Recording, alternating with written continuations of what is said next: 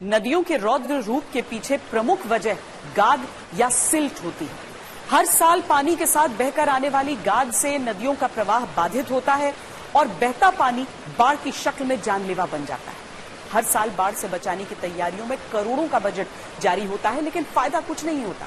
बाढ़ उसी तरीके से चलती रहती है। नेशनल ग्रीन ट्राइब्यूनल ने 2013 में उत्तराखंड आपदा से हुई बर्बादी के लिए बांधों के कुप्रबंधन को भी जिम्मेदार बताया था।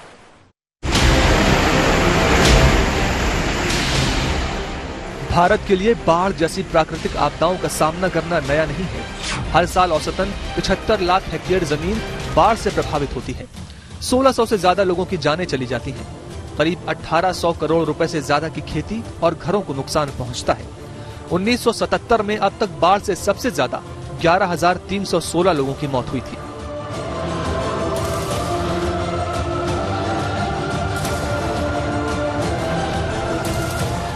ये सच है कि कुदरती आपदाओं को रोका नहीं जा सकता, लेकिन उसके असर को कम जरूर किया जा सकता है। नदियों के बेतहाशा बहते पानी को रोकने के लिए बांध बनाए जाते हैं, लेकिन क्या देश में जो बांध मौजूद हैं, वो इस हालत में हैं कि नदियों में आई बाढ़ को रोक पाए? 2019 में बांधों को टूटने से बचाने के लिए और बेहतर काम करने के लिए राज्यसभा में डैम सेफ्टी बिल लाया गया था। इस बिल में बांधों की निगरानी, जांच, ऑपरेशन और देखभाल पर जोर दिया गया था। लेकिन देश में अंग्रेजों के जमाने के कई ऐसे बड़े बड़े बांध हैं जो इतने ज्यादा पुराने हो चुके हैं कि बाढ़ को कम करने की जगह इससे होने वाले नुकसान को बढ़ा देते हैं।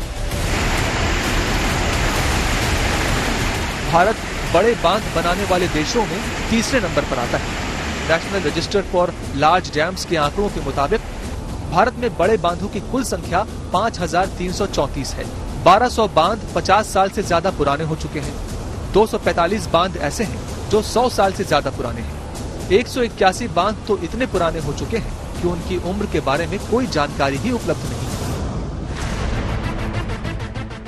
भारत में बांध बारिश के पुराने पैटर्न के हिसाब से बनाए गए हैं, लेकिन बेतरतीब तेज बारिश अक्सर बांधों को टूटने की कगार पर ले आती है। वक्त के साथ बांधों के तले में नदियों की मिट्टी जम जाती है, जिससे उनमें पानी रोकने की उतनी क्षमता नहीं रह जाती।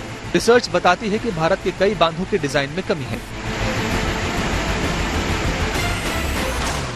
सेडिमेंटेशन साइंस की कम जानकारी के साथ कई बांधों को बनाया जाता है, जिसमें रेट ऑफ सिल्टेशन या किस तेजी से बांध के तले में गाद जमती है, इस बात का ध्यान नहीं रखा जाता है। समय के साथ धीरे धीरे बांध के तले में गाद जमती जाती है और बाढ़ का खतरा बढ़ जाता है।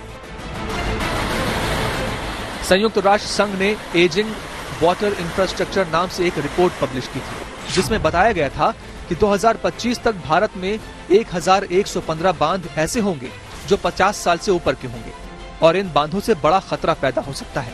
2050 में 4250 बड़े बांध ऐसे होंगे जो 50 साल से ज्यादा उम्र के होंगे। 2050 तक 64 बड़े बांध ऐसे होंगे जो 150 साल की मियाद पूरी कर चुके होंगे। हालांकि ऐसा नहीं है कि इस दिशा में बिल्कुल काम नहीं हो रहा है।